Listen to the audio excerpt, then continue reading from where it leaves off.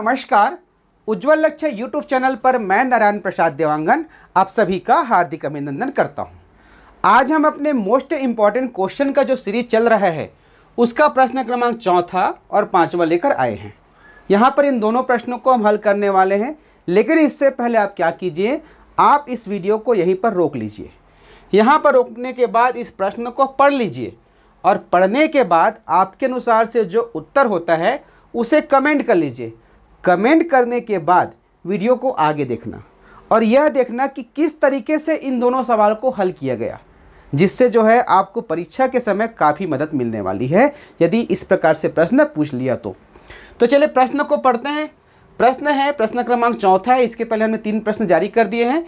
ये चौथा प्रश्न है, वह छोटी सी छोटी संख्या जिसे इस संख्या में जोड़ने पर प्राप्त संख्या 11 की गुणज हो। ठीक है, तो यहां पर देख सकते हैं शब्द भी नए नए हैं, है ना भाई। तो इसमें क्या कहा जा रहा है कि वह छोटी सी छोटी संख्या, एक छोटी सी छोटी संख्या आपको पता करना है, जिसको यदि इसमें जोड़ दिया जाए, कितना है ये, अल्पविराम लगा दीजिए, अल्पविराम लगाते हैं, 8,04,236 है। कितना है, 8,04,236। इसमें यदि हम जोड़ देते हैं, जोड़ेंगे तो जो योगफल आएगा वो जो है 11 की गुणज हो। तो यहाँ पर 11 की गुणज का मतलब क्या है, क्या है इसका मतलब? 11 की गुणज का मतलब है 11 का पहाड़ा। 5 का गुणज का मतलब होता है 5 का पहाड़ा। तो आप जब इसको जोड़ेंगे उस संख्या को, तो इसमें कुछ नया संख्या आएगा, वो जो है 11 के पहाड़ा में आए, ये इसका पूछा जा रहा है। तो क्या 11 के पहाड़ा को वहाँ तक पढ़ते रहेंगे? तो देखिए, कोई भी संख्या, जैसे कि हम 11 का एक गुणज होता है 55। क्या होता है? 55, 11 पंचे 55, अर्थात 11 के पहाड़ा में आता है 55। तो 55 एक ऐसी संख्या है जो 11 से पूरी तरह विभाजित होता है। कहने का मतलब यह है कि किसी भी संख्या का गुणज जो है उस संख्या से पूरी तरह विभाजित होता है। अर्थात हमें क्या करना पड़ेगा, जब जोड़ेंगे तो पता करना पड़ेगा कि वो 11 से विभाजित हो रहा है कि नहीं। तो क्या इसके लिए हम भाग करेंगे? इसका तरीका देखिए, आप यहाँ पर क्या करना, 11 का जो विभाज्यता का नियम है उसका प्रयोग करना। विभाज्यता का नियम क्या कहता है 11 का? सबसे पहले उस संख्या को लिख लीजिए जो संख्या दिया गया है, 42 है, उसके बाद 36 है। ठीक है, इसमें देखिए इस इकाई की तरफ से पहला अंक कौन सा है? 6 है, ये 2, ये तीसरा, ये चौथा, ये पाँचवा और ये छठवा, 6 अंकों की संख्या है। तो इसमें जो है सम स्थान पर कौन कौन सी संख्या, अर्थात दूसरे, चौथे और छठवें स्थान पर कौन कौन सा अंक है? दूसरे स्थान पर 3 है, चौथे स्थान पर 4 है और छठवें स्थान पर 8 है। इन तीनों को सबसे पहले जोड़िए। 8 और 4 12, 12 और 3 15। मैं यहाँ पर लिख रहा हूँ, ठीक है, यहाँ पर ऐसे लिख रहा हूँ 15। किसको जोड़े तब मिला? सम स्थान पर जो संख्या है उसको जोड़े। तो अब जो विषम स्थान पर संख्या उसको जोड़ेंगे। पहला में क्या है? 6 है, फिर तीसरा में 2 है, 6 2 8 और 0 हुआ 8। तो इनको हम आपस में घटाएंगे, 15 में से इसको घटाएंगे। सम स्थान पर जोड़ने पर जो योगफल मिला उसको विषम स्थान पर जो अंक है उसको जोड़ने पर जो योगफल मिला उसमें घटाएंगे, उसको घटाएंगे। तो यहाँ पर जो शेषफल है, यहाँ पर जो अंतर है, सॉरी मैंने शेषफल कह दिया, यहाँ पर जो अंतर है या तो 0 आना चाहिए या फिर 11 से भाग जाने वाली कोई संख्या आना चाहिए, 11 22 33 ऐसे कुछ। लेकिन यहाँ पर देख सकते हैं 15 में जब हम 8 घटा रहे हैं तो ना तो 0 आ रहे हैं ना तो 11 आ रहा है। इसका मतलब ये जो संख्या है, ये जो संख्या है वो 11 से भाग नहीं जाएगा। अब क्या करें? तो हमें क्या करना पड़ेगा, यहाँ पर हमको या तो 0 लाना पड़ेगा या तो हमको 11 लाना पड़ेगा। तो 11 कैसे आएगा? जब 15 में क्या घटाएंगे तब 11 आएगा, 4 घटाएंगे तब 11 आएगा। तो उसके लिए हमें 8 में से कम करना पड़ेगा, जो नहीं कर सकते क्योंकि यहाँ पर जोड़ने की बात कहा गया है।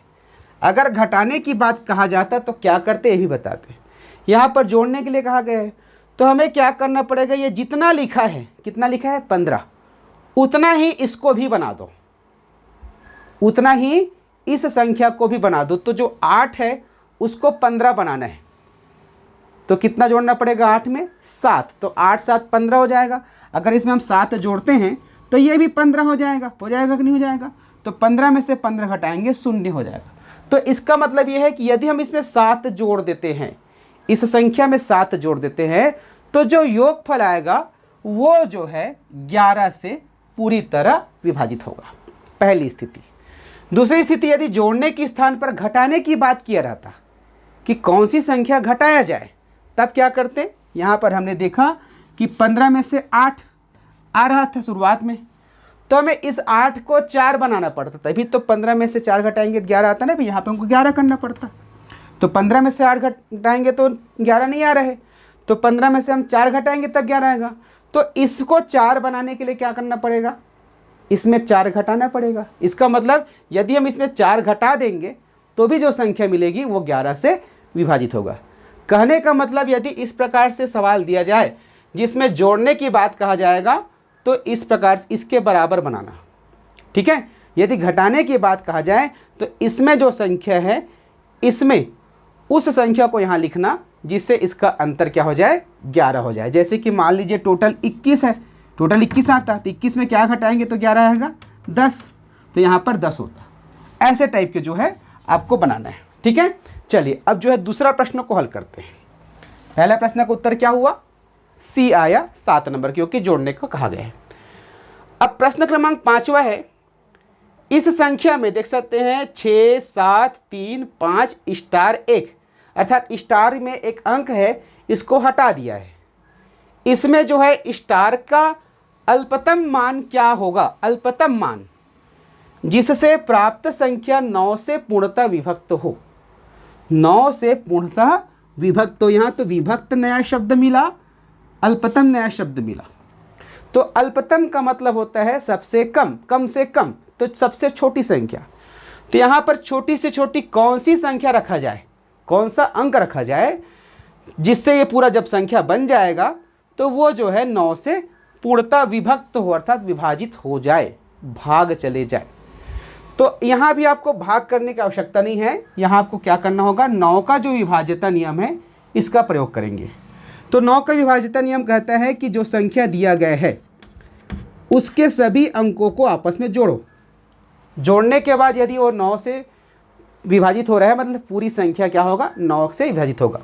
तो यहाँ पर देख सकते हैं 6 और 7, 6 धन 7 धन 3 धन 5 धन स्टार धन 1। अब इसको नहीं जोड़ेंगे, ठीक है। तो यहाँ पर 6 और 7 13, 13 और 3 कितना हो जाएगा 16, 16 और 5 21 और 21 और 1 22। 22 जो है क्या 9 से विभाजित हो रहा है, नहीं हो रहा है। तो हम 22 में क्या जोड़ेंगे, क्योंकि यहाँ पर जोड़ने की बात कहा गया है, नहीं यहाँ सॉरी यहाँ पर अल्पतम मान कहा गया है। तो यहाँ पर हम कौन सी संख्या रखेंगे, 22 में अगर यहाँ पर कोई संख्या रखते हैं मतलब ये जुड़ेगा। यदि हम इसमें 1 रख देंगे तो 23 हो जाएगा, 2 रखेंगे तो 24 हो जाएगा।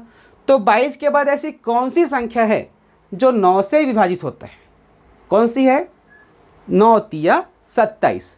तो यहाँ पर 22 है, तो 22 को आपको बनाना होगा 27। तो 27 बनाने के लिए क्या करना पड़ेगा, 22 में हम 5 जोड़ेंगे, है ना, 22 में हम 5 जोड़ेंगे। तो उसी 5 को हम यहाँ पर लिखेंगे, किसमें, इस जगह पर।